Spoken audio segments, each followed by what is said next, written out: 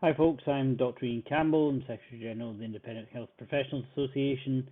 I'm here to give you a wee bit of a briefing today on how to place Freedom of Information Act requests. This is going to be essentially a basic briefing. We might briefly touch upon exemptions, how to anticipate them and things later on, mostly in the context of directing you towards how you can find out more about this. I've written a free app that might help you. Really the goal for today is to help you be able to place a request. Now, those of you who know me know I'm campaigning a lot on self-employed and off payroll reforms or IR35 reforms in the UK. That's obviously what I do. There's a wee bit of a call to action to people involved in that.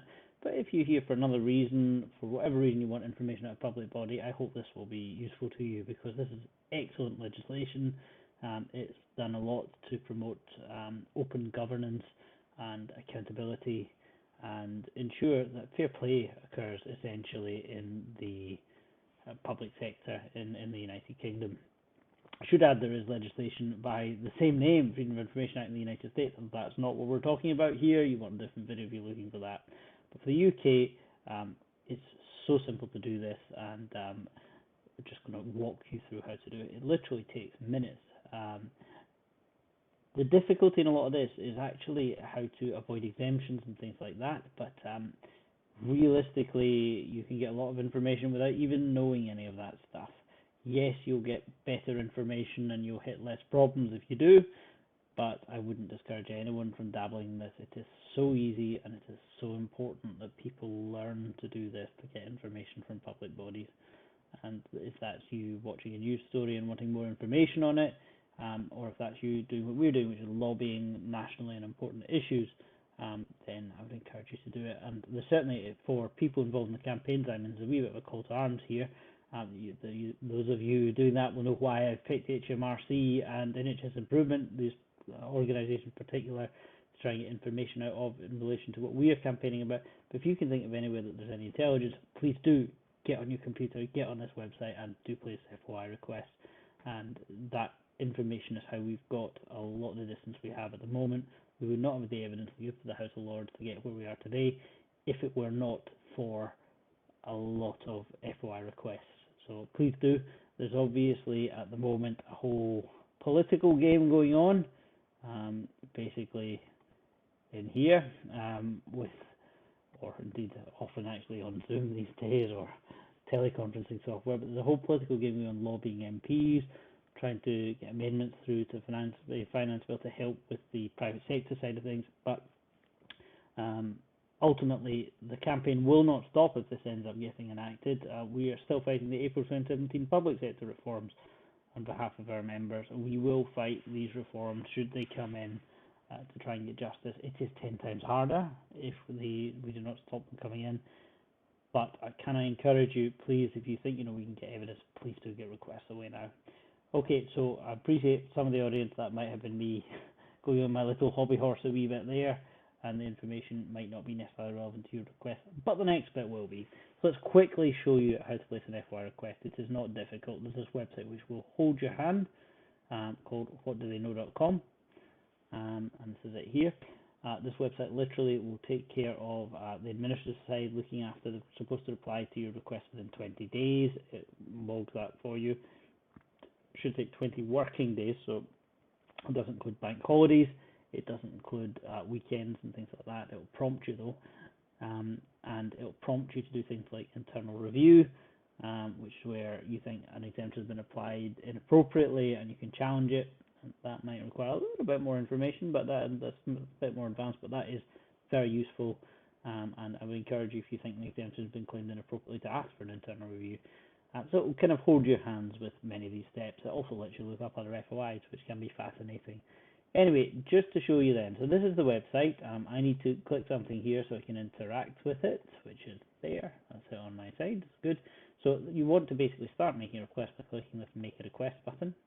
And then where you see there's a wee white text box that says EG Ministry of Defence. That's what you're going to type.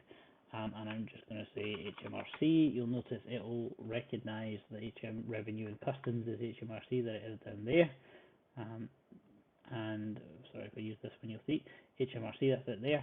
And you want to click this Make a Request box next to it. You'll then get presented with a page like this. So basically, the summary section is basically, think of it like the subject of an email, and that's literally how it arrives in. It's the subject, probably the email that they receive when you do this. So, title or some description, sorry. You'll see it gives you similar FOIs here. It might be worth you having an eyeball of these. Sometimes the information you want may already be there. You don't need to wait. Fantastic if it is. One of the nice things about this is it puts the information out there for anyone else that wants to request. If for whatever reason you don't want that information out there, then obviously you can simply you can send it email yourself and make the request yourself in person. Most organisations will eventually publish FOIs anyway. You can pay for premium memberships on this account, which will delay it for a brief space of time before it publishes it. But anyway, most of these organisations are going to put it on their website, and with the volume of stuff, a lot of the time, yes, other people could see it, which might, if you're using it as part of a media strategy, that might be annoying, but the reality is many of them are not likely to wade through thousands of FOIs to find it. So if you follow someone, yes, you might notice what they request, but it's just part of the course, really. So just very quickly, there's no required form of words. You can literally just say this is an FOI for. I tend to be a little bit less succinct than that, but that literally there's no required form of words. Anything will do as long as it's clear that that's what it is. I tend to say something along the lines of there's a request under the Freedom of Information Act. I should really get my capitalization in order. Capital F. 2004. 2004. Then you just list what you want. So 1, 2, 3, whatever it may be. Literally, you need to put your name on it. They're encouraged to reply to pseudonyms, but you'd be better putting your own name in it, because legally they don't actually have to, and you can oblige them to reply by doing this. So once you do that, essentially you click on that box that says preview request, and don't worry, I'm not going to spam HMRC with a blank request just for the purposes of a video tutorial. It's not going to put through the last step. So then you click, so you check for errors. You can obviously edit it should you wish if you made a mistake, but assuming you haven't, send a publish request, and then it will ask you to create an account. Now, you just put in here your name, email address, password. I think it puts you through email verification if I can remember, but don't quote me on it. It is really that simple. It is that easy to do this. And at that point, once you've verified it, your request is sent. 20 working days later, you should have a response, although in these fantastic times of COVID, which are, of course, the reason I have not been able to get my hair done because the barbers are shut, it can take a bit longer, and we understand that. Not many people around.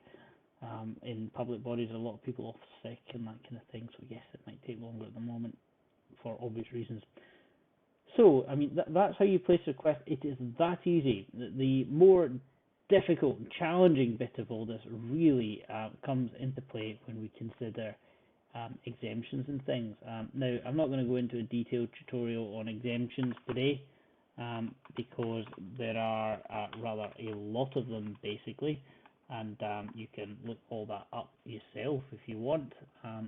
I might highlight one or two important ones for you that are worth thinking about because they're so useful in terms of common pitfalls to avoid. But I should highlight for you as well this app, which is an app I wrote actually, which is essentially designed to help you, think of it like a dictionary for the exemptions.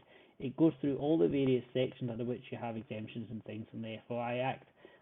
This is FOI 2000, so technically it's focused on the England and Wales side rather than the Scottish side of things, although it's very, very similar in Scotland. As my accent may reveal, I hail from that neck of the woods myself originally, and you will find much the same effect, although sometimes the section numbers and things aren't quite the same and things, so not always identical, but it's a theme and variations. Quick tips I would suggest that are so important, I would highlight them even out with a video focusing specifically on individual exemptions.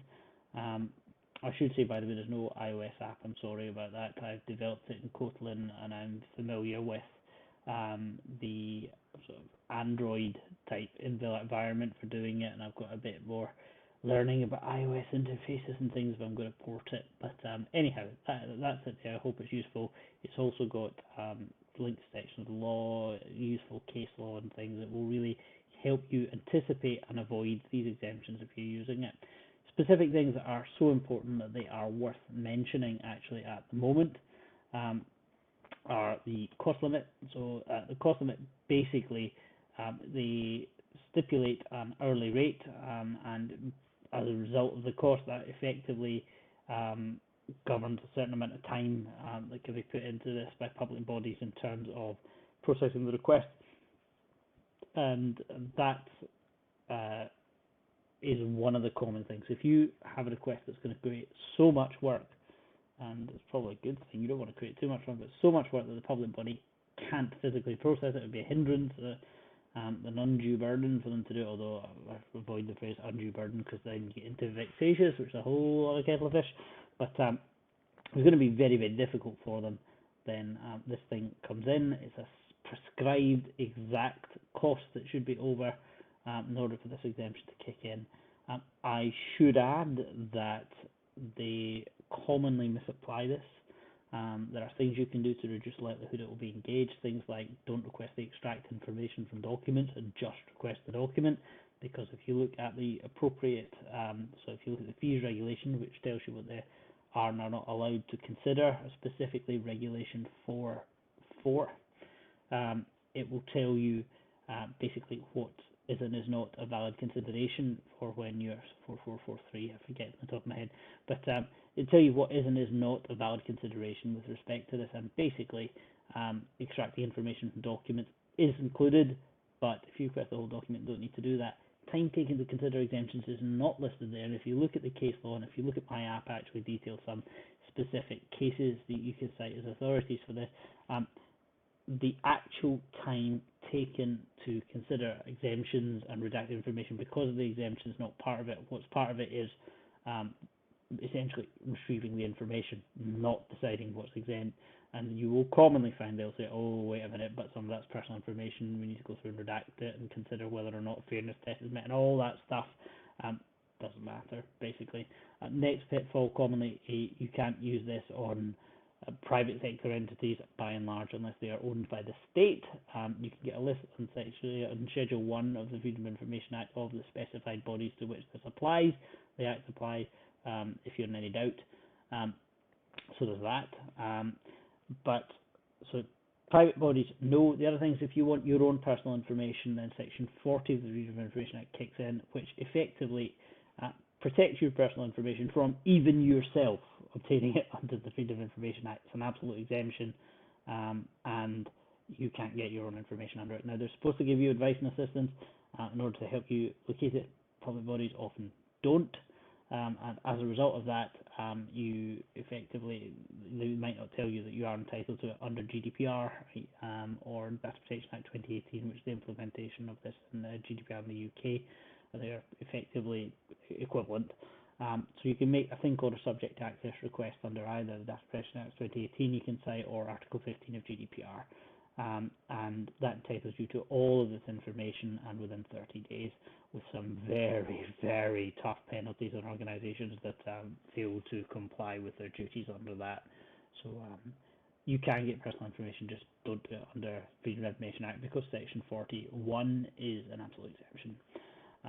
For other people's information, surprisingly, you can actually get it. Now, some people would say that the relevant section, Section 42, with respect to that is an absolute exemption under FOI. Some would say it's qualified.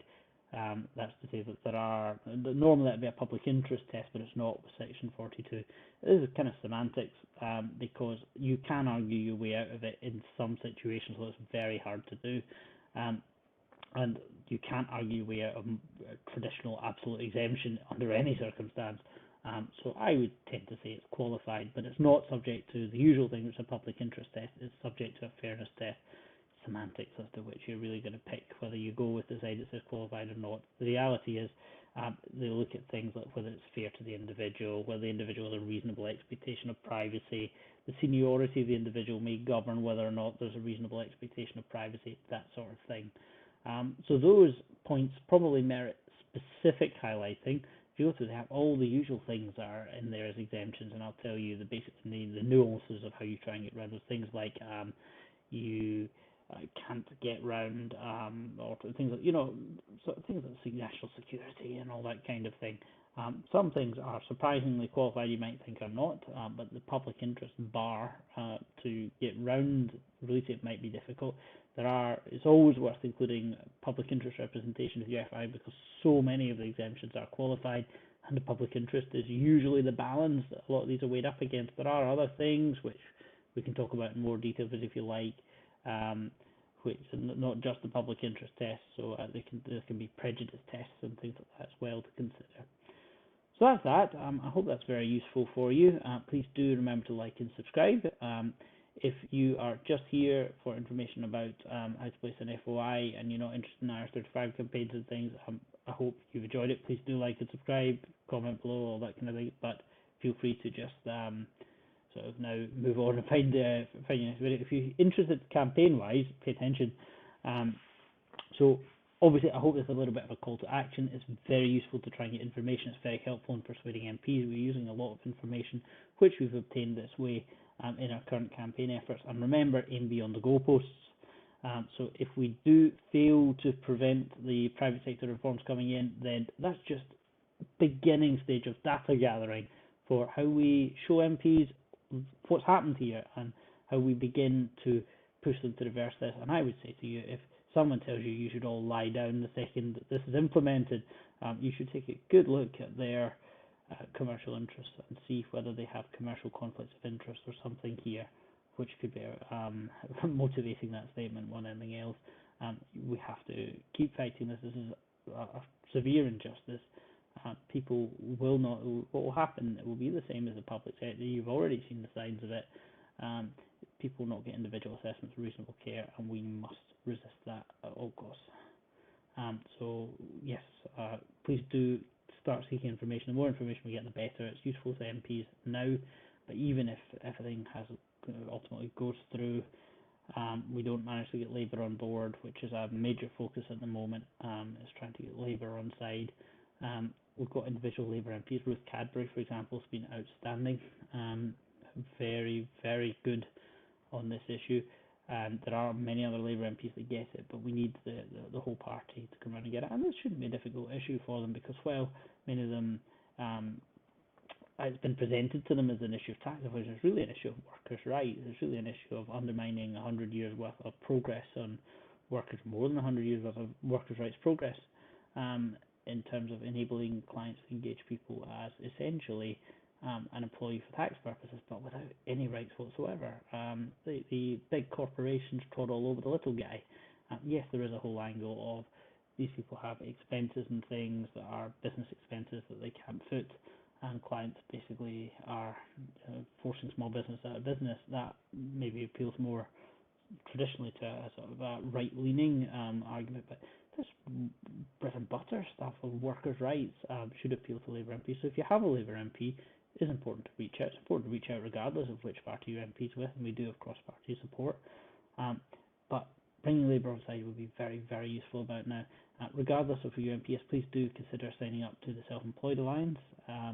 We collect your MP and constituency when you do, and we may prompt you if you're willing. We ask if you're willing to contact them. But if you are, we can then start to, if we know MPs are looking to hear from people, we can encourage people to go and see their MP. We can also do things like if we feel someone would be helpful to give them a little nudge and see the human aspect of it and look you in the eyeballs. We can do that by liaising with you. It's a bit less impersonal than getting briefing documents from us or other campaigns. There are other campaigns doing a lot of good work as well, all working towards the same goals here. So I think that gives you a wee bit of a general flavour. Please do send FOI. If you want to discuss specific exemptions under FOI, we can do that. We can make it a wee series. If you want to discuss things in employment status, case law tests or things, so if you want to do mutuality of obligations, or you want to do in business your own account, being part and parcel, supervision, direction, control, substitution. If you want to do things like discuss about mechanistic approaches and all these various mechanistic tools that are out there, we can talk about the approach the case law says you should take, painting a picture, looking at the full factual matrix, all the individual details, and how some details can be very important in one case but completely irrelevant in another, and you have to have the human element in weighing it up. We can talk about that, we can give you all that if you like. So yeah, do comment below what you would like to see videos on. If you do want to see a wee series emerging on how to place FOIs, a wee library of information about various exemptions, please do it. The other thing is, do check out the app if you're on Android, in terms of helping you to do this. It was a resource. I mean, I put a lot of time into doing that. I did it really so that we could encourage people to seek quality information, to encourage people to get the data we need to really put this case across, because we know what the information is, but we've got it from 100,000 anecdotes, and obviously nowadays from FOIs we're getting in, but we really need it in hard and fast numbers that are really useful. So please do be part of gaining that information. Okay, so I think that about wraps it up for this. I hope that has been very useful for you. Do remember to like, subscribe and comment.